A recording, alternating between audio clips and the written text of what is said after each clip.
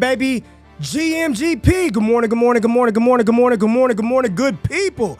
It is Tuesday, February 10th, 2026. Y'all decided to wake y'all asses up with myself and my dog, my best friend, my brother from another mother. Y'all know who it is, Jordan Richards. You can find him at your boy JRich on X. JRich, man, hey, I feel for you, baby. I feel for you, Jay. I feel for you today, but we're going to talk about it. The big game is over. Super Bowl 60 in the books. We got to talk about it. Sam Darnold, Kenneth Walker, JRich. Did I not tell the people? Did I not tell the people? Did I not tell the people on Thursday? I said, hey, the money, the value, you take the running back. You take Kenneth Walker. If you did it, you cashed out, baby. Let's go. You cashed the hell out with K9. Congratulations to the Seattle Seahawks, Super Bowl 60 champs, baby. They got it done. Second Super Bowl in franchise history. We're going to talk about all of that today. Your New England Patriots, Drake Maye. But you know what? Patriots fans, do not fear. No fear, because Jordan Richards is going to play New England Patriots general manager today. He is going to fix his team, get him back into the Super Bowl next year in 2026. So appreciate you being in the building. Every eye, every ear, hit the thumbs up button if you're here rocking with us on the stream. Kevin, what's going down with you? What's going on, Mick? I see Daniel, Rico, Patrick. Hey, the glasses is staying on. The glasses are a staple at this point. This is my uniform. We got to get these joints written off at the end of the year. We'll talk about Sam Darnold and him moving forward. What's up, Cozy Jackson? How you doing, big dog? Godfrey, how you doing, baby? Adam Zaff in the building. Eric, Ricardo, JRich. I'm doing a lot of talking, man. The people want to see you. The people want to make sure that you are okay over there. How you doing, my friend? I'm glad it's Tuesday, because if I had to show up on Monday after what I watched on Sunday night, it would have been tough. And I know the chat would have given me hell. For people who are not watching, I am wearing the Red Sox jersey because, Ray, it is baseball season. Thank goodness. Now he's on the baseball. Thank goodness it's baseball season, because don't worry, Ray. WBC coming up. Get USA the hell out of here. Versus Japan. It's going to be great. Nobody wants to hear about that shit right now. But the Super Bowl, look, congrats to the Seattle Seahawks. You played a great game. I think for the majority of the season, we gave a lot of praise to the Seahawks defense. You know, I came around on Darnold initially. Wasn't a fan of Kubiak. We will obviously get into the game and how he coached. Big fan of McDonald. The Ravens are probably going to regret not keeping him for a long time. But, man, hell of a coach, hell of a defense. And on the Patriots side, not a whole lot of good to talk about, unfortunately. My greatest fear, Ray, was realized in this game. You know, for weeks, I had touted the Patriots. I had talked about how they can play great, and the defense was as good as it could have been probably under that circumstance and what they were dealing with. But the offense just wasn't good enough. And this has been the story the whole season. My biggest fear was Drake Maye playing in a big game and playing arguably the worst game he played all season. And that's pretty much exactly what happened in the Super Bowl. So unfortunately, that's what it is. But he played a great team.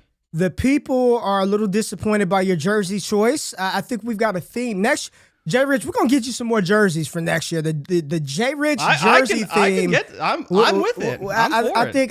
I think Didi is going to hook that up. But people are a little bit, why don't you have the JSN jersey on? Where's that Hendo jersey? Where's that Maye jersey? The Hendo jersey is staying in the closet. Who is that? Is that Manny Ramirez you have on? That is an old. Who is that jersey? Who is that? Who do we got? Mookie Betts. Okay, it's Mookie Betts. All right. Yeah. First baseball Dodgers jersey I ever bought was Mookie Betts. But I love Mookie Betts. I'm still mad that they traded them away, especially for the return they got. But yeah, I had the Mookie Betts jersey for, man, a while now, like a long time. I mean, it's a majestic. Listen, I'm picking my Dodgers to win the World Series. What are they, plus 240 or something to win the World Series? Picking my Dodgers. At the advice, Ray, of our friend Mitch Carl, I got OKC, Dodgers, and Seahawks pending. It's at like 10-1. Okay, all right. For all three. Well, if you missed anything after the Super Bowl, I did drop a Super Bowl mock, post-Super Bowl mock, Super Bowl 60 mock. It was fun, Jay. We did this live on the channel. I think I'm going to start doing this live more.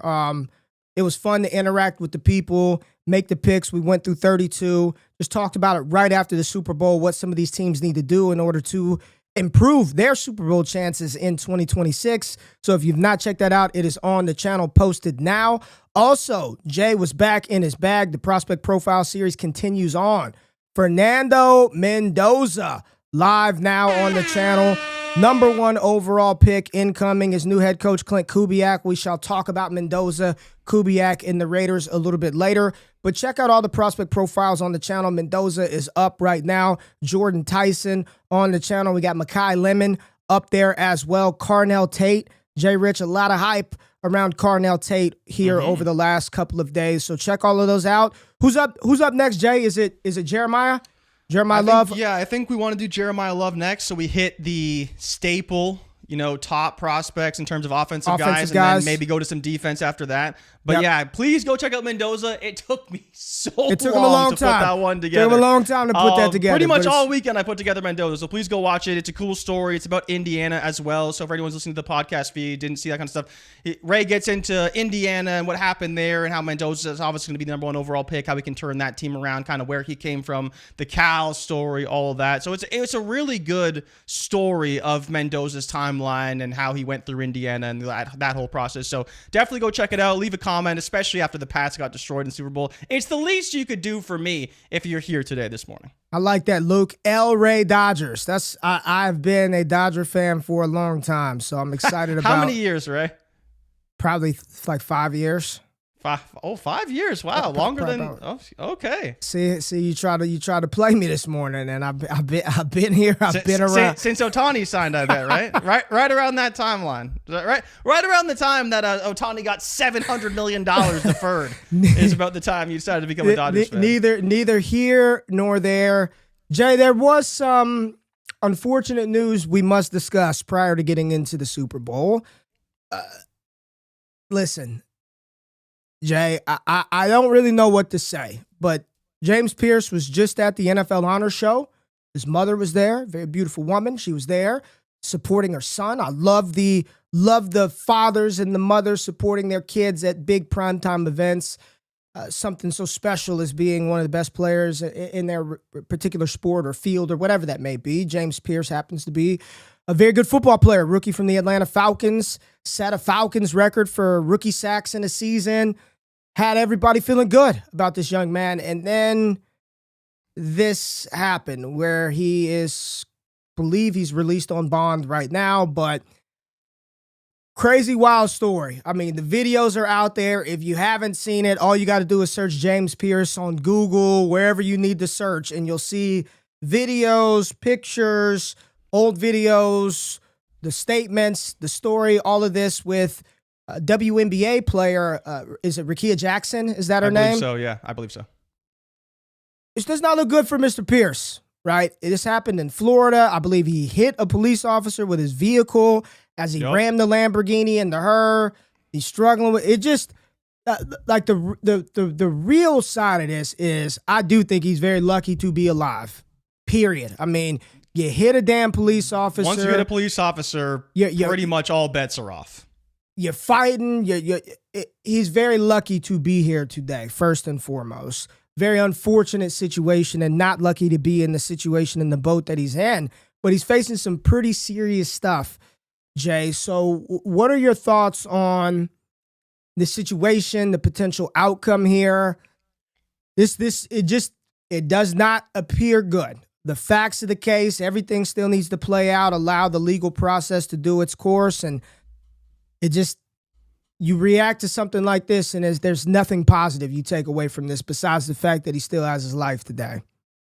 That's it, right? Like all accounts, based on what's been reported, based on, what's been discussed for potential sentencing, Florida has a minimum 5 years that he's probably going to serve at the minimum based off of what we already know about the case. Sure, we will allow due process, but the reality is it does not look good for James Pierce, for a player who was just at NFL Honors. His mom talking about how great of a kid he is, how much he's overcome, how proud she is of him. And like 3 days later, he crashes out because his girlfriend breaks up with him, crashing into police officers, chasing her down the road. It's wild, man. But it just is what it is. And the person I feel the most for is Kevin Stefanski. Could you imagine having to deal with the Deshaun Watson of all of this, and you finally leave Cleveland and you come to Atlanta, and not even a couple weeks into your gig, you got your first-round pick that you traded a first-round pick to go and get last season. So you don't even have a first-round pick in this draft because you went to go get this player, and he probably will not be available for you in the 2026 season. Like, that just sucks, man. It sucks all around. It's a crazy story. You know, you hope that mentally James Pierce is all there and there's not any issues on that front. You hope that Rickea Jackson's all good and she's not suffering anything from this whole incident, and we'll see what happens. But yeah, it does not look good for James Pierce and doesn't look good for the Falcons, who are going to be without their first round pick from last year, and they don't have a first this year as a result of getting James Pierce. And you know, it brings up a very sensitive topic that we discuss around this time every year. And it's during the NFL draft process, it's during the pre-draft process when character concerns start to rise for players. And sometimes the negative criticism around players and their quote-unquote character concerns are unwarranted, exaggerated, right? Say what you want about Justin Fields, the quarterback. We've seen nothing to indicate that he was what some of the draft people said about him and his character being lazy and stuff like that coming into the NFL. Those things weren't true. You look at Shedeur Sanders last year. Say what you want about his play. Say what you want about his confidence, his swag, his aura, if you want to call it arrogance. But you've heard nothing about his character as a person, right? You haven't heard anything about that. There were some red flags around James Pierce throughout the process. Some of it stemmed from maybe he's not a true every down edge rusher. Fair. You want to say he's more of a situational guy? No complaint, right? Everybody's got their own opinion on how a player can or cannot succeed at the next level. But there were absolutely some character concerns, red flags about him throughout the process. And now you see this, and what I'll say is, without knowing the details, without knowing them intimately, I know nothing about their relationship, it would appear to me that something like this happening at that level, escalated to that height, it didn't just happen right then and there, right? That wasn't just the first time there was some strife or some conflict or some disagreement inside of that relationship to lead to that situation playing out that way. And you have to wonder, are these things that these billion-dollar corporations have looked into, and there are reasons why those red flags or those character concerns in the case of James Pierce were floated around. It's tough, man. It's a tough thing to kind of dissect as you're going through it. But there were definitely people who were concerned about Pierce at the next level, and then here you go. Absolutely. I mean, Ray, this is a player that you thought could be the number one edge in the class last season. Now, it didn't play out that way on the field, and people can be critical of his play on the field all they want. You know, we kind of go back and forth depending on the situation as to what's said about certain players and how they're criticized beyond their play on the field. But James Pierce was a player that was basically slipping to the second round in like every mock by March. And, you know, we obviously follow the draft very closely. We talk about where these players are trending. And, you know, yes, of course, there's some players who slip through the cracks, but they're clearly just a year into his NFL career was some validity to that. And a lot of it did stem around those character concerns. The football play and the talent was, you know, somewhat there, and it wasn't quite as good as it was in the previous season, but it still didn't warrant the fall that he was being given and the evaluation he was being given. And clearly some of that has already come to light. And you never want to see that for an NFL player, but I mean, here we are. And this is the reason why, if you're a first-round talent, but you have character concerns, you may slip in the draft. Because NFL teams don't want to deal with this. This is a huge story. Rickea Jackson is one of the better players in WNBA. And I've heard she's very, very good. And she's a public figure. So, like, all these things combined, it's just like there is nothing that says that he is in a good place where he is going to be on the field next season. It just does not look good for James Pierce at all. It does not, Jay. It absolutely does not. We will let the legal process play out, but based on what we've seen so far, It just doesn't look good. And this is a reminder as we do this show, not everybody lives on social media. Not everybody is watching all this stuff play out. So for those of y'all in the chat who were saying, I didn't know what happened to James Pierce, go look it up. Videos are out there, multiple angles. You can see him and the altercation that he had with the police officers. And I'm going to assume there's probably video of him in the car doing that chasing her down the street and stuff and ramming into her. Like, I would suspect crazy. In the age that we live in today, there's probably some video of that, and we shall see whenever that time surfaces. All right, Jay, it's time, baby. It's time, Jay. It is time. Are you ready to talk about it, Richards? Are you ready to talk about it? I'm as ready as I'm gonna be to talk about this Super Bowl. That was a disaster from the Patriots. Was something. Well, let's talk about it, Jay. Super Bowl 60 in the books. Your boys, the New England Patriots, lost to the Seattle Seahawks. Jay, where do you want to start? Let's start with the winning team. Yeah, let's do it. Let's start with the team that won the Super Bowl, and let's start with the person that was leading them to the Super Bowl, the quarterback, and then we'll talk about the MVP after that. But Sam Darnold, JRich, Sam Darnold is a Super Bowl champion. Yeah. Good for Sam Darnold. He earned it. Sam Darnold is a Super Bowl champion. Talk about it. I don't really know what there is to say. I mean, no one obviously saw this coming. Even last season when he won 14 games for the Vikings, we're like, but is Sam Darnold really that guy?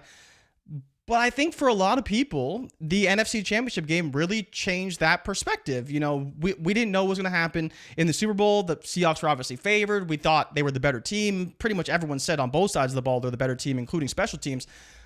But Sam Darnold winning the Super Bowl is still like an insane story when you just think about like the totality of his career. And great for him. Like, this is the reason why, you know, not that you can't give up on quarterbacks, because I do think that now, unfortunately, we're going to get to the point where you can't give up on Anthony Richardson and you can't give up on J.J. McCarthy. It's like there's differences to these stories, but I think we need to also take notice of these quarterbacks who go to certain situations and learn how to play the position in the NFL, because you talk about it all the time. Not every organization knows how to develop a quarterback. Not every organization knows what they're doing offensively, defensively, or on special teams. Players go to the Jets and, like Garrett Wilson, basically waste their talent and their careers away because they don't have the pieces in place to get the most out of them. And I think we could say to some extent that was the case for Sam Darnold. He went to the Jets. They were a terrible team. They couldn't build around him, and they didn't give him the foundation to succeed. He went to Carolina, same situation, and they're still in that place right now. He goes to San Francisco where they have all that. Things start to build. He goes to Minnesota, finds success, and then ultimately gets in the perfect situation with a great defense and a phenomenal head coach in Mike Macdonald, and Sam Darnold is a Super Bowl champion. The question now is like, well, what do you do from here if you're Seattle? And more importantly, what do you think this does for Sam Darnold's legacy going forward? Sam Darnold was 19 for 38, 202 yards. He averaged 5 yards an attempt, 1 touchdown, and nothing on the ground. He wasn't that good. He was very bad through about 2.5 quarters. He wasn't. He did what he needed to do. What I appreciated about this game plan and what I think Las Vegas Raiders fans should be excited about is Clint Kubiak. He just stuck to the run. He didn't try to. They committed to running the football, right? Sam Darnold had his opportunities to make some plays, and had he had another second to throw the ball, he hits JSN on what would have been an 80-yard touchdown. He had another open throw down the field, barely missed on Rashid Shaheed. Great play by Christian Gonzalez. We'll talk about him later on. But what does it do for Darnold's legacy? I think the story is the defense. It's Sam Darnold's redemption arc is great and good for him. He got a contract. He's there in Seattle. I think he's got 2 years left on that deal. The story is the defense to me. It's the defense. It's the running game with Kenneth Walker, and we could talk about him as he did win Super Bowl MVP, most scrimmage yards by a running back in the Super Bowl since Terrell Davis. He wins Super Bowl MVP, 27 carries, 135 yards. He didn't score a touchdown on the ground, but they don't win this game without the physicality, the hard running, Kenneth Walker was awesome. He was doing some of that Le'Veon Bell back there, kind of walking to the line of scrimmage and slow playing it, finding the holes, and he is due to be a free agent. So he played his best when the Seattle Seahawks needed him the absolute most, and I do believe he will be rewarded with a contract, a massive contract extension for Kenneth Walker. But he was outstanding in this game. The tone setter, absolutely. They got the MVP right. There's no question about that. If you would have told me coming into this game that Jackson Smith and Jigba would only have 27 receiving yards, 27. Sam Darnold would only have 1 touchdown pass, I'd be like, man, the Pats probably had it. You contain JSN. Sam Darnold didn't go nuclear in the game. Some of those numbers, especially a little bit later. But I would have said your New England Patriots got this one done. Unfortunately, the defense of the Seattle Seahawks, a lot of people, it was their first time actually watching them all game for the entirety of a game. Man, I thought both defenses were outstanding in this game. I thought New England's defense, for the most part, played a very good game. You look at the score, 29-13. Remember, Jay, what was it? 7 of those points came off of a pick six. It was 12-0 going into the fourth quarter. So for 3 quarters, it was a relatively close game. It was just offensively, the Pats couldn't do anything. The defense of the Seattle Seahawks, and we talked about it on Thursday, what was going to be the difference? And we put up Leonard Big Cat Williams, and I was like, the defensive line, right? I didn't want to put you got Byron Murphy, you got Leonard Williams, you got Tank Lawrence. The defensive line, in my opinion, it was the great equalizer. They were pushing New England's offensive line back every time. Yep. Anytime they tried to do anything, you saw tackles in the spot where the quarterback drops in shotgun, center, guard getting abused all night long. And I know you got a lot of young guys up front, but defensively, that was the story for me. How well Leonard Williams and Devin Witherspoon and those guys played across the board. You know whose name wasn't called much at all? Nick Ebenwari. I didn't hear Ebenwari's name called very much. I wonder if the ankle injury did limit him to some degree, so they just put him in a different type of role. Did they deploy him a little differently? I haven't watched any tape and won't do it, but you didn't hear him. You didn't hear his name called much at all that night, and that just shows you how good this collective unit of Seattle is. Say what you want about Darnold. Say what you want about the running game, Charbonnet, whomever. Defensively, this team is the real deal. And they've got some players that they're going to have to replace in the secondary. Get that. But the core is there. Congrats to Seattle. What a masterclass defensive performance by that team. Yeah, Tom Brady's talked about it plenty of times. One of the reasons why they've been so successful in Super Bowls is because sometimes he walks into games and he feels like he has the answer to every question that's asked. Everything they throw at him, he has the answer. And that's exactly what Seattle did. From the moment they took the field, it didn't matter what play was called. They knew exactly what their assignment was, where they needed to be, and when they wanted to blitz Drake Maye, they got home in under 2 seconds, and he had absolutely no chance. And then when they just sat back in coverage, they could still get home with 4 and make him hold on to the ball because they were so sticky in coverage. So it's like, at that point, what is New England going to do? Because they didn't adjust. When they did try and throw it to the flats, they were ready for that. When they threw it behind the blitz, there was no answers from this Patriots team. Seattle had them all. They were the better team. They clearly did a phenomenal job in their preparation. And they blew the brakes off the Patriots on that side of the ball for the entire game. It wasn't until the very end when they're chucking Hail Marys, they started to put up some points. But by that point, the game was over. It was control the ball. It was don't let Darnold make mistakes. And I do want to give Darnold a lot of credit. While he didn't throw the ball very well, he was great in the pocket. Early on in that game, he was shaky, and there was a couple almost interceptions. But there's also a couple of almost really big pivotal sacks in the backfield that he was able to avoid and still get the ball out from. So I do want to give him a bit of credit in that regard. While he didn't have the greatest passing performance, he was pretty good in the pocket when the Pats did blitz him, and he did make some plays. And then obviously, at the end of the game, they made some plays, and that was really good play design by Kubiak. But the Pats just didn't show up. They weren't prepared. They weren't ready for the moment. They obviously, their offensive line was abysmal, and it was for the entire postseason. It wasn't like this is a new thing for this team, and they just got abused out there. There's nothing else you could really say other than that. We knew they had deficiencies offensively, and they showed up once again in the Super Bowl. Yeah, just credit to that team. Just a good team. A very good team. The coaching staff, Mike McDonald, Clint Kubiak, former offensive coordinator Clint Kubiak, they just did a really good job of playing to their strengths.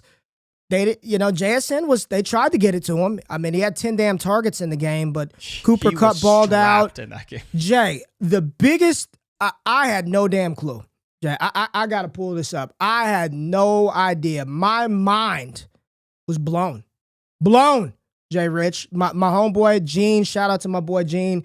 He came over, he watched the Super Bowl with me, and we're watching the game. And we're talking about A.J. Barner, JRich. We're talking about A.J. Barner, who had, what was his stat line in the game?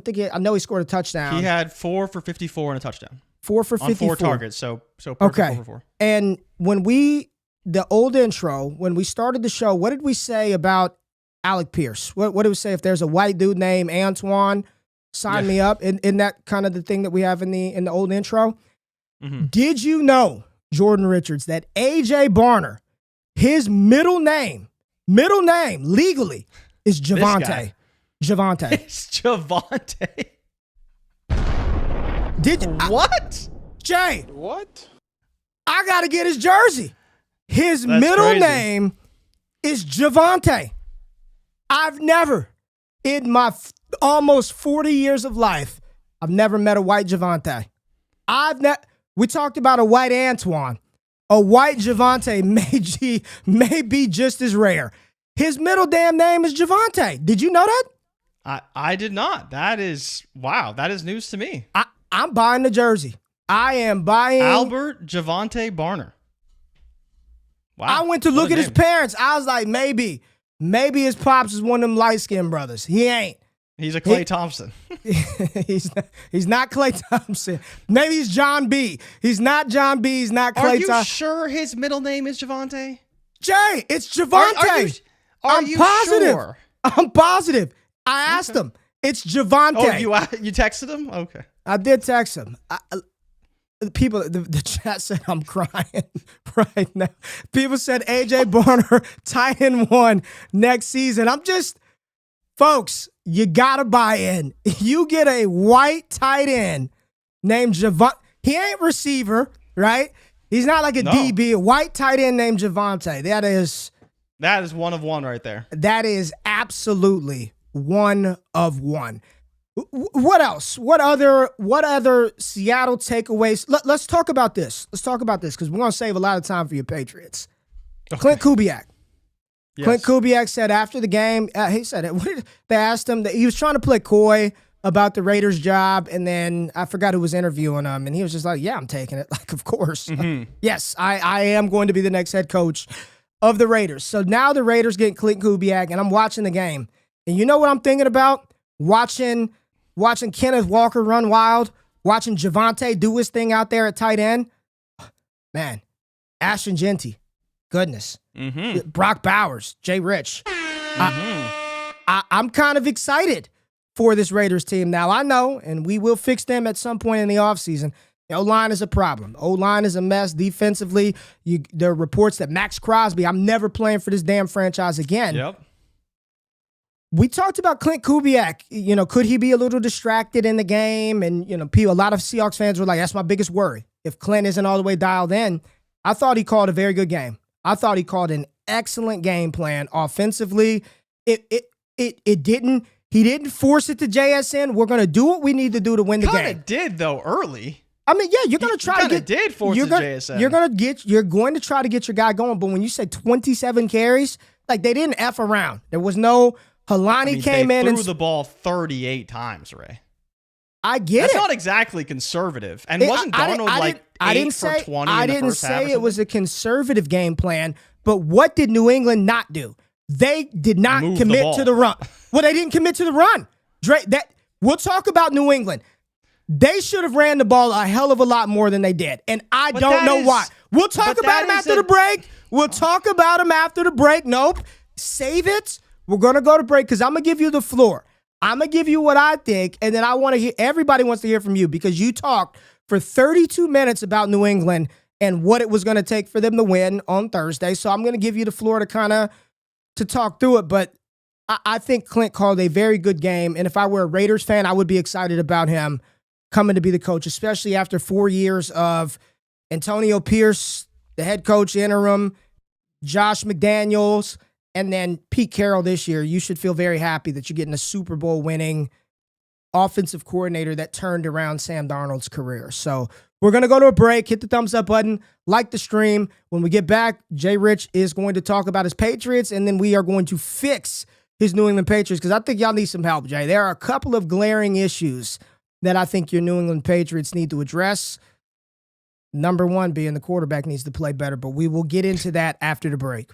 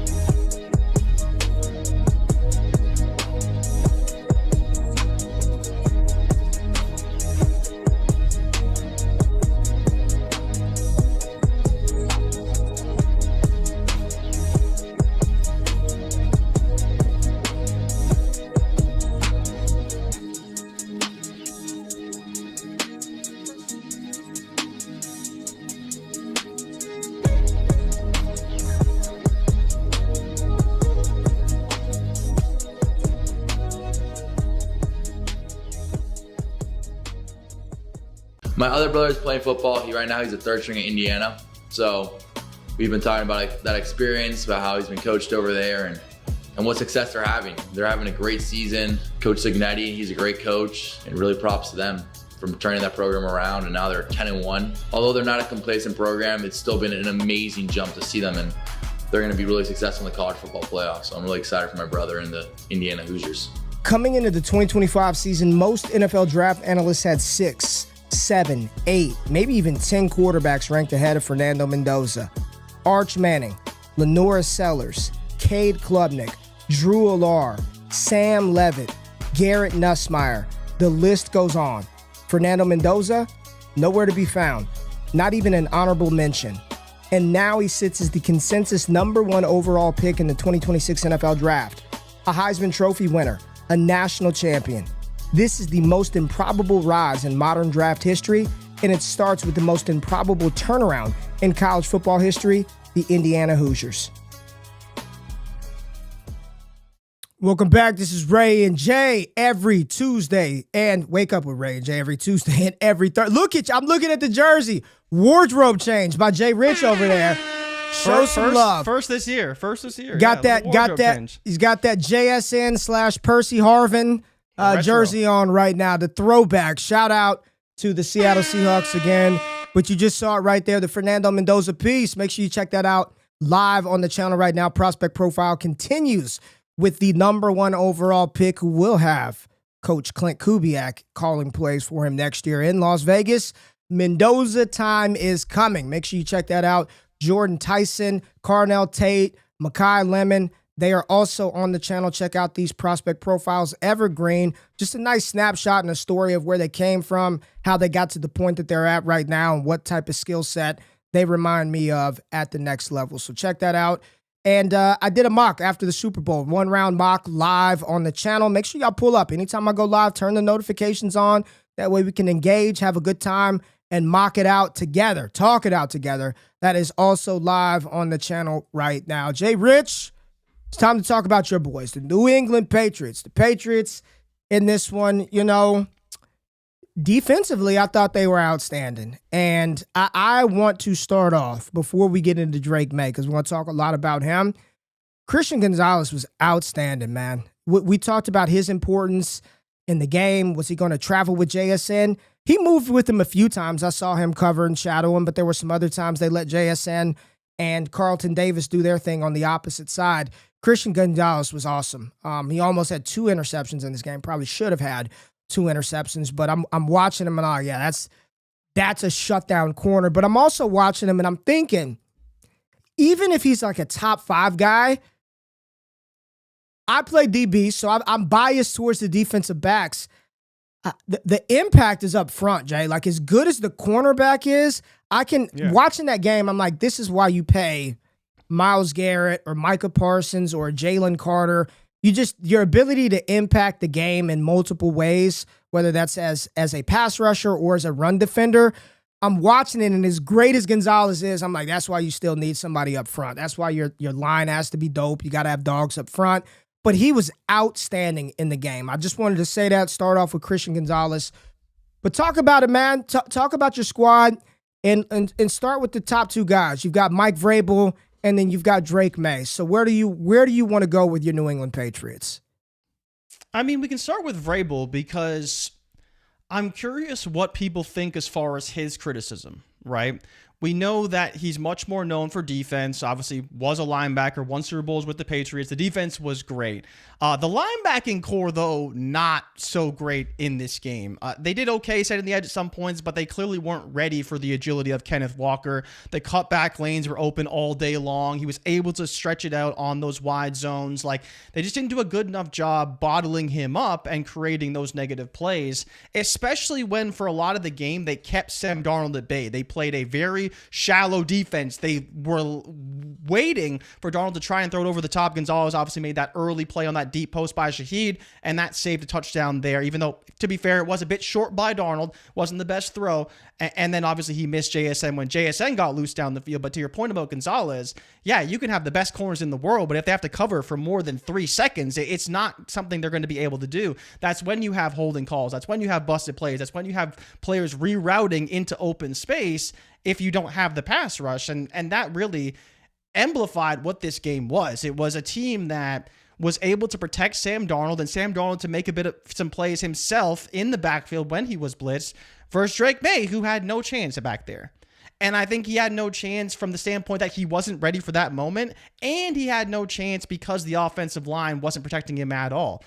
By probably, I'd say, the second quarter, his clock was sped up. He was missing throws. Sure, he had the injection in his shoulder, but even still, he wasn't taking checkdowns. He was big play hunting, trying to get back in the game. And I think that's both a product of wanting to not let your team down, and with that game being within reach. Because for 3/4 of that game, if the Patriots scored a touchdown, they were right back in it. They're right back in it. It was Yep. 12-7, Yep. right? So I understand the big game hunting side of it, but that's where when people who didn't watch Maye all season, he had the highest ADOT in the NFL for a reason. Because he looks down the field. He looks for the deep dig routes. He looks for the posts. He looks for the long balls down the field. He really only checks it down to running backs and to dig sometimes. And I think that's one of his biggest issues. You know, if you watch the game intently, you'd see plenty of guys open for 5 yards here, 6 yards there, and he routinely decided not to take them. And I think because of his shoulder, he didn't run either. I do not want to hear about his damn shoulder right now. Don't do that, man. But I'm not excusing. But okay, just hear me out. I'm not excusing his poor play on the shoulder. I'm saying he didn't. I'm saying I think there's moments where he didn't run because of his shoulder. That is him saying, I don't know if I should run because of my shoulder. That doesn't limit his ability to run. He still could run. I don't think he had very many opportunities to run the football. Oh, there was lots of times he could have run. Where I am screaming at the television. I'm like, run. There is a clear hole. Just run, because it's 3rd and 5, 3rd and 6. Like, you can get that first down and keep the chains moving, but he throws the ball down the field and he misses the throw. It's like, look, you don't have to get it all back in one play. What was the play? Was it Austin Hooper on the corner route? He's wide open. Yeah, wide open. The dig to Booty, wide open. A pass to Diggs on the out route, wide open. He missed that. Then on the right side, the check down, misses that. And to be fair, he was on the run. But even still, like, these are all throws we've seen him make and we know he can make.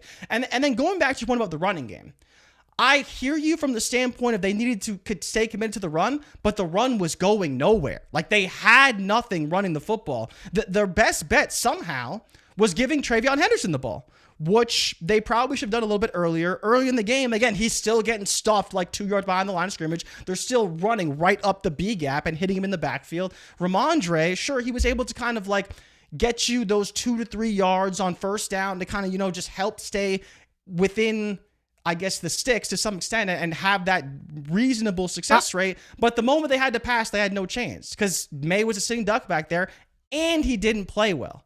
So I think when you just look to this game, it's preparation on both sides. Seattle was phenomenal in their preparation, the way they blitz Maye, Witherspoon flying right through the offensive line. It didn't matter where the blitz came from. They were going right through, and they're going right to Drake Maye. And just like he did against Houston, just like he did against the Chargers, those fumbles popped up, those mistakes popped up, and, the interceptions kind of just is what it is. At that point, even the game was basically over. But Seattle just had a better game plan, and the Patriots had no answer for it. The interception just wasn't what it is. It was an awful throw. The game wasn't... You could say it's an awful throw, but the game was basically over. Maye was awful. Was it not? Drake Maye was terrible. He was bad. He was very bad. He was bad. And he's a young player, so you would hope, and I think the correct... But do you think it's fair to say the coaching staff really failed him in this game? He wasn't good. Let me give you Drake Maye's. Let me give you Drake Maye's numbers throughout the playoffs. 70 for 21, 828 yards, 58% completion percentage. 58%. His first game in the playoffs having over 60% completion percentage was in the Super Bowl, and it was a lot of garbage time just trying to do it. 6 touchdowns, 4 interceptions, and 21 sacks. QBR of 40. That was Drake Maye's playoffs. Yeah. This is... We joked about it. We joked about it coming in, but there was something to... In hindsight's always 2020, right? But the AFC was down this year. The AFC, I'm watching New England, Jay. I don't think they could have beaten the Rams. I don't know if they would have beaten the damn Chicago Bears. I think the NFC was just clearly the better conference of football this year. New England, it was well documented. I know the Patriots can only play who's on their schedule, so they didn't set the schedule. That's how the schedule played out. But they didn't play anybody this year. And then they get in this game, and as well as the defense played, and I really think this is split New England up in twos. Defensively, they were ready. You could talk about the linebacking core all they want, and sure, you got gashed by K9 a little bit. But I think that deficiency played a little bit of a part, right? Because the defensive line was great. The secondary did their job. And like you said, going into the fourth quarter, they had only allowed 12 points. It was field goal city. Jason Myers set a damn record. What do you have? 5 field goals in the game. Defense. I don't want to knock New England's team, but offensively, what has to change? And one of the biggest things that was going on in that game, and we put him, you said it. I think you said it 11 out of 10. When we did the impact for the game, Will Campbell, man. Yeah. He had a rough game. I'm not here to pile on him. I know there was a lot of talk about arm length, and then you see actual NFL tackles and offensive linemen come out to say it's not just about the arm length. It's other things as well. I know a bunch of long arm overblown. I know a bunch of long arm tackles that can't block either. So, I mean, he was destroyed. He didn't speak after the game. He declined media interviews. He looked like a guy that was completely overmatched. I mean, they were throwing him around like a child out there. It was rough for Will Campbell. It was rough for Jared Wilson. It was rough for that whole New England Patriots offensive line. No, it was. But I think the sad part about it is that, people are like, oh, the Patriots offensive line is so bad. Will Campbell's terrible. Like, this isn't something that just started happening where he's just bad in this game. He got thrown around by Khalil Mack. He got thrown around by Houston and Will. Like, this has been going on for weeks and weeks and weeks. And we don't know how bad Will Campbell is because to his point, like, to support him a little bit, he was rushed back for the postseason, and he was injured coming into the postseason. That's not to excuse his play because he had his moments where he was bad in the regular season as well. But we don't know how injured he was, and hopefully he wasn't at 100% and can come back stronger next year. But yeah, he was awful. He was getting destroyed every single week, all postseason. And that's why it's weird because you have this team that offensively, they didn't look very good. And you can talk about the numbers. You go look at the weather they played in. And obviously, they played against a top 5 defense every week of the postseason, which isn't going to do you any favors when it comes to talking about the numbers either. And they got beat by a really good team in the Super Bowl. But I think that people see this game and they say, well, this team has no chance to be good next year because they're only going to play good teams. But it's like they still found ways to win ugly games against other teams that have great defenses as well. So it'll be interesting to see what happens this offseason. You know, you look to the Chargers game, and I'm like, they probably still going to beat the Chargers even if they had, you know, one of their tackles in the game. You look, and I think the biggest thing with the Denver game is they actually beat up the Denver offensive line, which was surprising to a lot of people because they do have a very good offensive line. But I think if they had Bo Nix, they probably would have won that I game. don't want to look at, what are we talking about the Denver? I don't want to look at the Denver game. I'm looking at this game. Why am I looking at the Denver game? The game was over in the second quarter. They couldn't move the football. They didn't have a first down for like 2 whole quarters. They had no answers. And this is where the simplicity of the offense and what it was and having no playmakers, you can't win football games that way. Like, you look to what happened when JSN went out, the team was still fine because they had other players that could step up and make plays, and they had the offensive scheme that could work. The scheme wasn't good enough. The team wasn't prepared well enough, and that ultimately falls on the coaching staff. And I hope that Drake Maye doesn't like lose a lot of confidence because of this, because I think anyone who really knows football he looked say, broken, like, man. Yes, he was really bad, but you look to the team as well. Diggs did nothing. Booty did nothing. Ramondre did nothing. The offensive line did nothing. Like, they were so when Mac Hollins is your best offensive player, there's a problem. Anything. Mac Hollins was the best guy on offense for the Patriots. Mac Hollins. He was. Mac Hollins was the best. There was a question in the chat. Let me just, I think this is an interesting one, little dynasty angle, Jay. I think I'm trying to find it to pull it up, but basically the comment said, is this playoff performance going to impact the way that people feel about Drake Maye in dynasty? What are your thoughts? I personally think absolutely. Really? I think here it is right here. Here it is right I here. think that people are going to look at Maye and think he's a bum. There's already people calling him a fraud, saying he's no good, like completely excusing that he led the NFL in completion percentage while also having the furthest average at the target. Like, all those numbers aren't going to go away. He's still going to play the AFC East 6 times this year. Yes, they'll have a first place schedule next season, but I honestly think that kind of works to his favor as well. Like, there was a lot of games where he could have put up more numbers, but they just didn't need to do anything in the game. Right? They're going to need him to do more next season. And I think a lot of people are going to look at him now and say, well, how good is he really? How good is he going to play when he goes to Seattle next season? Right? And plays them again. He'll probably suck, but we'll see how they adjust and how they build around Drake Maye. But this team was always built on the defense. They weren't going to win a game by outproducing the Seahawks offensively. And he made a ton of mistakes in the second half there, and they didn't do enough. But I think if he falls in value, he's probably a buy low because he's probably going to be fine. It's just the way people view him isn't how he was viewed coming into this Super Bowl. I think his nickname is hilarious. The schedule. Drake. They probably, yeah. But that's what I mean. Like, people are dumping all over him, right? And that's going to happen. Like, Ray, I wouldn't be surprised if people treat him the way they treat CJ Stroud. The schedule is wild. That's a wild-ass nickname for your quarterback. Your boy, JRich, the schedule. And they didn't call Jaden Daniels the schedule, and he had an easy schedule too. Don't try to pull Jaden. But he did have an easy schedule, and they don't call Jaden Daniels the schedule. Here we go. Now we got to bring JD5 into the mix. I'm just giving you the facts.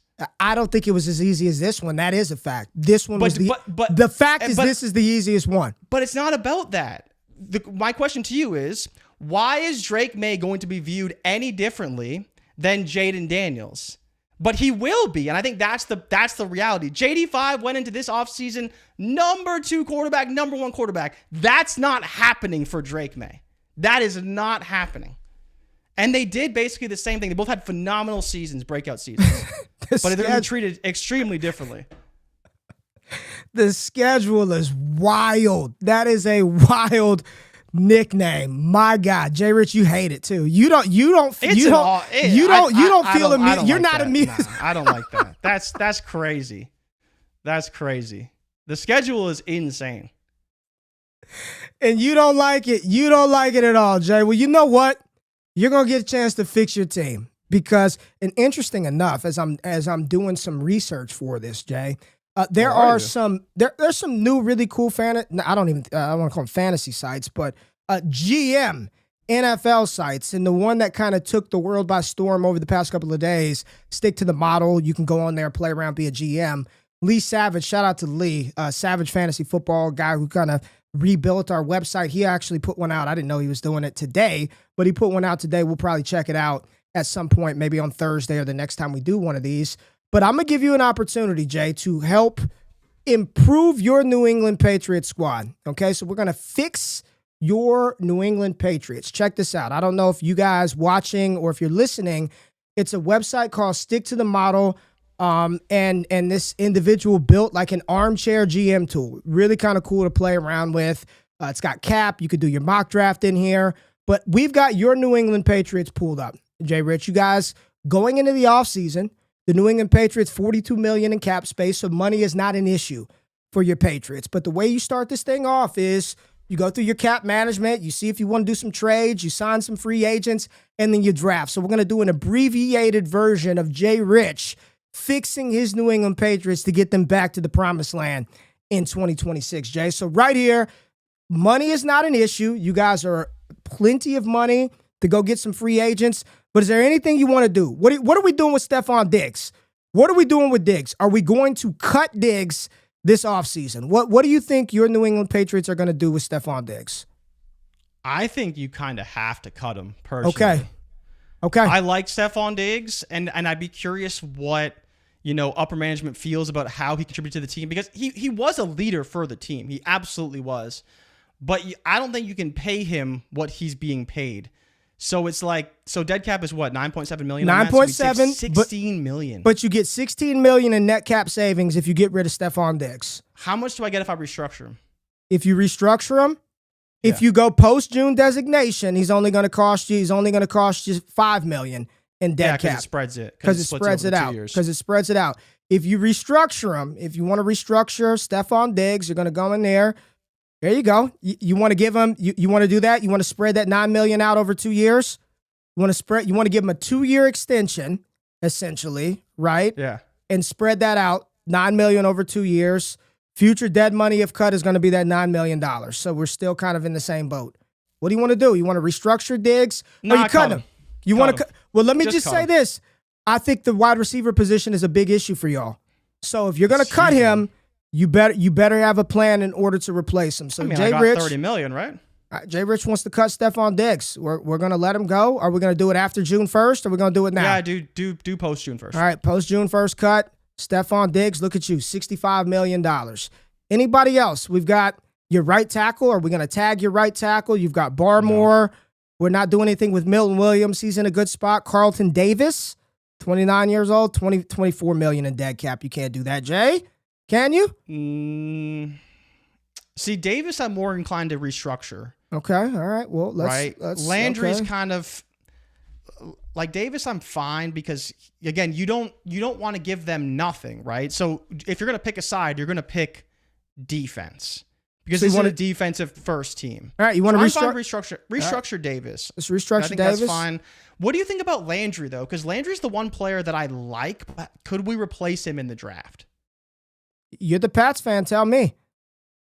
I kind of want to cut Landry. You're gonna just eat $19 million in dead cap. So we have to restructure him then. You would have to restructure him. Then restructure him. All right, we're gonna restructure. Look at JRich, GM Richards. So we're gonna spread that out over 2 years. Restructure Landry.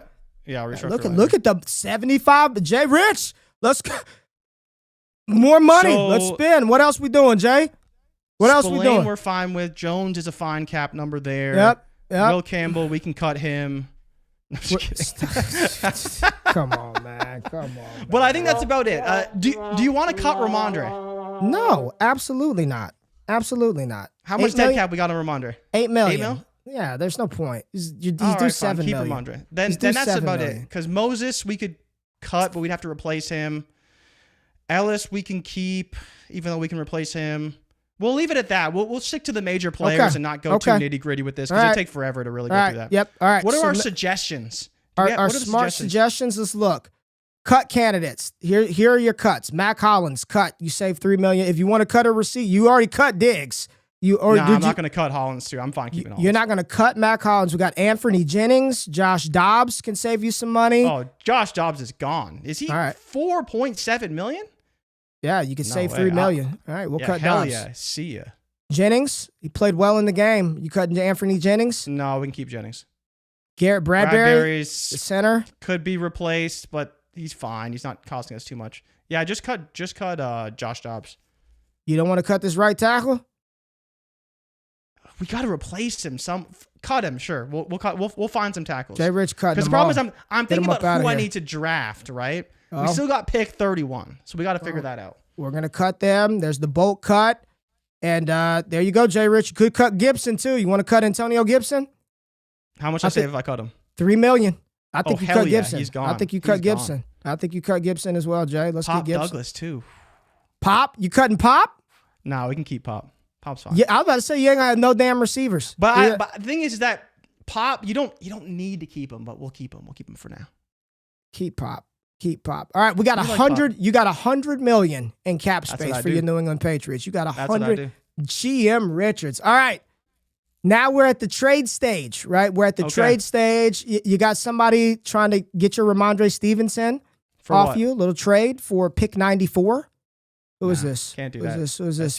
That's low. Denver. Denver's always won somebody. They want Kayshon Boutte. There's no way. There's no way. Boutte for what? Is that a second-round pick? For a second-round pick. Not a chance. We're not going to do that. There's no chance that happens. It's not bad, though. It's not bad. Okay. Okay, see, this deal is interesting. Okay. Would you do this? Would you send your second-round pick to Arizona to get Michael Wilson? You want to do that? That's you want to tough. Do you want to send your tough. late second to Arizona to get Michael Wilson from the Arizona Cardinals? What do you think I got to pay him, though? I think I got to pay him too much. I don't think it's worth it. I think you got to pay him too much. He's expiring. He's expiring contract. Second round pick for expiring. It's too much. That's too much? Oh, wow. Too much. All right. We got some more booty stuff. We're not going to do that. Jags are orphan. Parker Washington. You got to give up a second and a third for Parker Washington. No. You're not doing that. Okay. We're gonna move on, and then JRich is gonna spend some money. We're gonna give JRich the keys. Free agency, JRich. Where are we going? You see up here, red. Wide receiver is a position that y'all got to fill. Okay. Yep. Here goes. So how much can I get Chase on back for? You definitely want to get Chase on back, don't you? I agree. I agree. You're offering them $12 million a year. 2 years. What's my chances of getting him? I want 3 years at $10 million. You want 3 years at $10 mil? Yeah, can I get 10 mil? What's 10 mil look like? Let's see if we can get this done. This is so fun to just play around with. All right, let's see if you can get it. Let's make the offer. 3 years, $10 mil a year. Let's see. There you go, JRich. His market value was 9. All right. And I still think it could be higher than that. You got Chase on back. We still got $90 million. All right, what else do we need? What else do you need back? So these are our pending free agents, right? Correct. I'm not even worried about them. Forget them. You're not worried about them? Okay. No. What about? So let's see which wide receivers are available. Let's go straight to wide receiver. All right. Go to the right of the search. Yeah. And just sort by wide receivers. Okay. All right. Let's do that. Wide receiver. All right. Here we go, Jay. Here we go. Here goes your receivers. Pickens is at the top. How much is it going to cost me, Ray? What is fair for George Pickens if I want to go after him? Well, I mean, you're going to have to give Dallas Cowboys a lot because they tagged him. So we're going to skip him right here. They've tagged him. No, they didn't tag him because he's a free agent. They did not tag him? Okay. He's a free agent. Well, you want to sign GP? It's saying it's going to cost you about 4 years, $34 million a year. 4 years, $136 million. You'll have $55 million left after the fact. Is George Pickens worth that to this Patriots team? Absolutely. Is he worth? You think he's worth $34 million a year? Absolutely. Yes. What's DK getting paid? Yeah, but we know DK's overpaid. Okay, let me give you some other ones. Wan'Dale Robinson, Alec Pierce, Romeo Dobbs. I would love to get Alec Pierce, but he's Juwan Jennings, Jalen Naylor, Hollywood Brown, Christian Kirk. What's Keenan Allen cost? There's no way you want to sign Keenan Allen. Of course I do. I have to replace Stephon Diggs. 15 a year. $15 million a year is outrageous. 3 years for a 34-year-old. Nah, you can't do. He's a 1-year deal guy. I bet. You want to offer him a 1-year deal to come to New England? That's what I was going to say. You don't want to do that. Keep going down. We got to find us a nice. Jalen Tolbert, Gabe Davis, Tyquan Thornton, Calvin Austin, Tutu Atwell, De'Ami Brown, Greg Dortch, Rashid Shaheed, Kendrick Bourne. I don't know who Tyler Johnson, Jahan Dotson. It's dirty. Zacchaeus, Smith-Schuster, Treylon Burks. Who do you think is our slot option? Because if we get GP, that's fine. We got Wan'Dale Robinson. But he's costing $20 million a year. We can't. If we spend $50 million at wide receiver, we have nothing left. Well, you've already done everything you need to do. This is the end. Like, what is the point of keeping money at this point? You've already you've cut your guys. This is the time to spend. See, this is why you got to play GM. How do we fix them? You're saving money for what? All that's next is the draft, and that's it. You got $90 million to spend. What are you doing?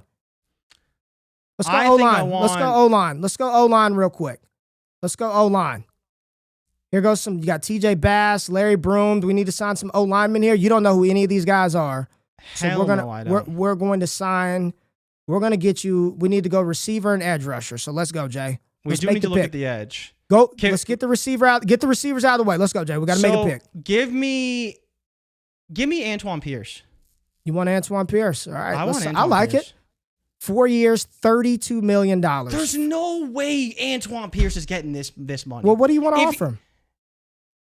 I would offer him 24, maybe not a 25. Not a chance. But do you think Antoine Pierce is getting $30 million a year? Yes. There's no way, man. There's no way someone's paying him that much money. He's a good receiver, but he's not that good. We'll offer him 28.5. You'll offer him 28.5. Ridiculous. But at that point, I might as well sign George Pickens. There you go. You got Alec Pierce. We don't have all day for this. You got Alec Pierce to help out with your Drake Maye. You still got $61 million in cap space. This is where I think New England would go. Offensive line, find some bargains there. Edge rushers. You've got Get me Trey Hendrickson. Dude. I want Trey Hendrickson. Okay. Trey Hendrickson. 22 a year? Well, his market value is $14 million a year. Jeez, bro. Killing my team here. We ain't the Dallas Cowboys. We're not overpaying like that. What do you want to pay him? 15? Give him 15 over 3 because he's probably not getting 3 years. I don't know if he would accept this, but the range is 13 to 25. Pay him 18. 18's fine. He's not getting the 3-year deal, I don't think, anywhere. Give him 18. 18's fine. I think he'll get a 3-year deal. We'll give him 18. You think he'll get a 3-year deal? I do. But it won't be guaranteed, though. There it is. You got Trey Hendrickson now. How else do we fix your New England Patriots? You added Alec Pierce, Trey Hendrickson. I like it, Jay. Says you need a running back, but... Then we could go Wan'Dale, too, because we still have the money. Oh, it's just... And then that leaves us... Loaded up. That leaves us a bit of a... I mean, we could sign another receiver. Right. Is there a tight end available? Like, should we bring in Goddard? Oh. Let's look, Jay. Tight ends, you got Hooper. Those are ours. Goddard. Yeah, you got Goddard. Pitts, Otten. I'd rather bring in Otten, I think. I think Otten fits the offense a bit better. You want to bring in Cade Otten? Seems like What's a his Patriots price? guy. $12 million. $2 million below market. There you go. You got Cade Otten in the building. Look at JRich. Cade Otten, Alec Pierce. Let's go. Wide receivers taken care of. It's saying you need a running back, but I don't think so. I don't think so. Should we go get Breece Hall? No, you don't want to. Got to keep it realistic. The thing is, we can draft a running back. That's fine. We can draft a running back. All right, let's go to the draft. Let's go to the draft. JRich, we're going to fix your New England Patriots right here. All right, we're going 3 rounds. We're going to go lightning fast so we can get through this. We're going to get through this very fast. 3-round mock draft. JRich, you're making the picks for your New England Patriots. And again, this website, stick to the model. There's some other ones that are coming. Our boy Lee Savage over at Savage FF, he dropped one today. Check that one out as well. We'll take a look at that. I didn't know he was dropping it today. All right, Jay. We're going down the board, and you guys are up. The Patriots are up. What do you want to look at? The best available tackles. There goes your tackles right there. Oh, Caden Proctor didn't fall? Oh, no. No, Caden Proctor did not fall, but this Arizona State tackle's been getting hyped after the Senior Bowl. We'll go interior O-line, Emmanuel Prignon, Connor Lewis, a center, so maybe you're not going to go there. Let's Give me the Arizona State guy then. Let's look at the receivers. There's your receivers. You want to go the Arizona State O-tackle? Yeah. All right, let's do it. We'll take Max right there, and then we'll stroll around and see what else. And then we're going to see your recap, JRich, see what kind of grade this tool gives you for your New England Patriots fixing. What else you want to do for New England? What are my trades available? Round 2. Your trades, Minnesota wants this 63rd pick. They're going to give you a 3rd and a 4th rounder for this pick. Nah, that's not enough. It's not enough? Okay. Nah. Let's get out of there. All right, what position you want to look at? Your Pats.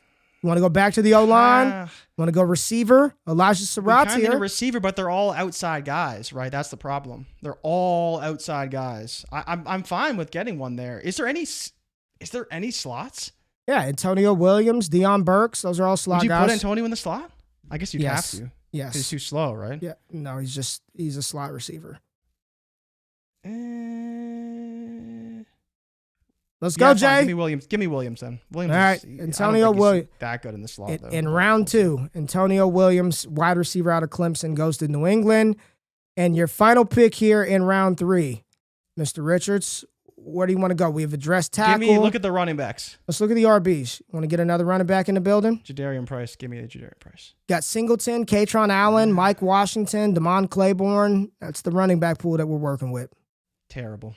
Ray, give me an edge. Who's available at the edge? I need you to dive deep into your bag here and get me an edge.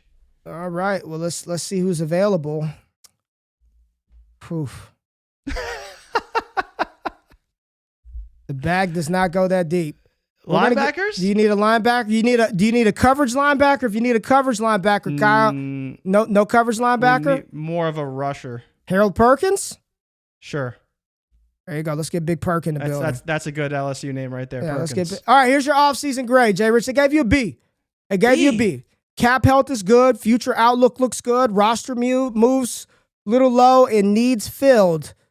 A little bit shaky right there. And then it kind of gives you an update right here. You could view your updated depth chart, all the stuff that you saved, your offseason moves. We just kind of did an abbreviated version of this, fixing the New England Patriots. You brought Kaylavon Chason back. You got Pierce. You brought in Hendrickson. You brought in Cade Otton.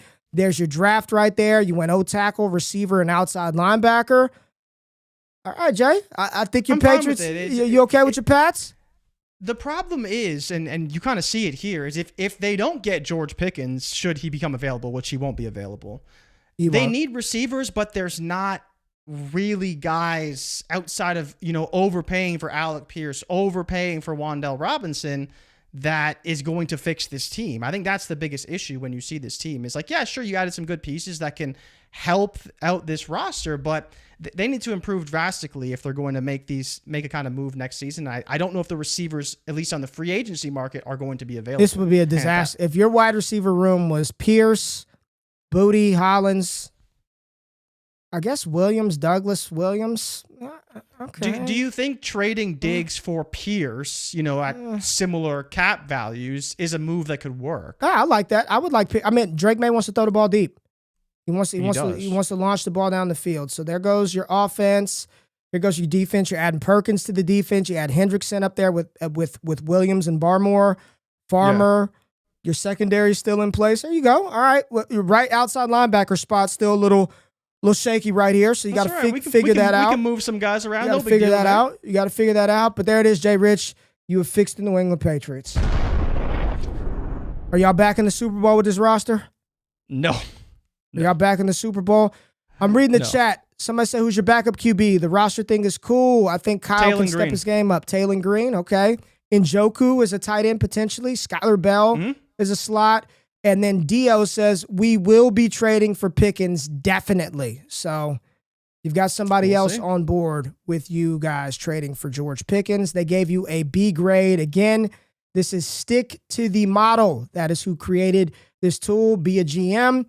And our very own Lee Savage has one as well on his website, Savage FF. Check that out. He just dropped that right before the show. JRich. All right, man. Get us out of here, Richards. Get us out of here. Thank you to everybody for tapping in. I hope Where's the you music? enjoyed Where's the the show. music? Hit the music, Jay. Hey, hold it's, on. It's a hold somber on. note on this Tuesday I need that. show. I need that Monaco beat, man. Did you enjoy the halftime show? We got to talk about it. It's like halftime show was phenomenal. I loved it. It was a great halftime show. It was a great show. What, you didn't like it? It was fine. I thought it was a really good show. I did. I thought it was a really good show. Yeah, I thought it was cool. You don't like Bad Bunny? Nah, I mean, I listened to dude. Come to a baseball tournament out here in Texas, in Mesquite, in Garland. Don't gotta say why. As all you hear, right? So I thought it was fine. It's just funny, man. Super Bowl record, what, 135? There it is right there on the bet. 135 million watch. He topped Kendrick Lamar. I thought the GNX show was very good, and people didn't appreciate it then. And then you look at everything that happened after that. I thought the GNX show was super dope. I thought the visuals of this were cool. Of course, I don't know what he's saying, but the beats and the vibe, all of that stuff was good. It was a good show. It was fine. It was fine. I thought it was fine. a good show. I thought I'm not going to be one of those that feel like I have to hype it up to, like, will I ever watch it again? Well, Absolutely not. The thing for me with the show was that he didn't try and do too much with it. Like, he's a global superstar. He didn't like jump from the ceiling. He literally just did a show on the field in his little thing, represented Puerto Rico really well, obviously brought everyone together with all the Americas, shouting them out. Like, I thought it was really cool what he did. It was cool. I thought it was a really good show. I'm just not hype. The people out here hyping it as the great. It wasn't. I thought the 2022 show was better personally. That doesn't mean Bad Bunny's bad. He's awesome. Makes dope music. Biggest artist in the world. I thought the show was fine. But I did not like Lady Gaga singing Bruno Come on, Mars. man. Like, I'm not gonna run out here. That was crazy. Like, it's okay to say it was fine, and I'm not being a hater, but no, it was not better than Kendrick Lamar's show. Stop it. Hit the music, Jay, and get us But that's out just of here. because you like the music. Of course. So that's my all it pick. is. So I'm not gonna do that shit like everybody else and just. That's what I listen to, so I like that show better. That doesn't mean that this one was bad, but I'm not about to be like, this was the best show I've ever seen in my life. No, it was not. It wasn't. Get us out of here, Jay. Thank you everybody for tapping in. Make sure you like and subscribe for all future content. We'll be fixing lots of teams this offseason. We just got the Patriots out of the way because they frankly have a lot of issues. But wait till we get to the Raiders. I tried fixing the Jets last night, and let me tell you, that is a very tall task. We need all Jets fans, all hands on deck to make that happen. But thank you for tapping in. Make sure you like and subscribe. Check out all of Ray's content we're dropping over on his YouTube channel. And stay tuned because there is more great stuff coming soon over here on Wake Up. Finally, the offseason is here. Baseball season is here. And we don't have to talk about the Patriots for at least a couple of months. But thank you, my friend, for always hosting the show and doing a great job. Thank you, everybody, for tuning in. And we'll see you guys on Thursday. We're out. Peace.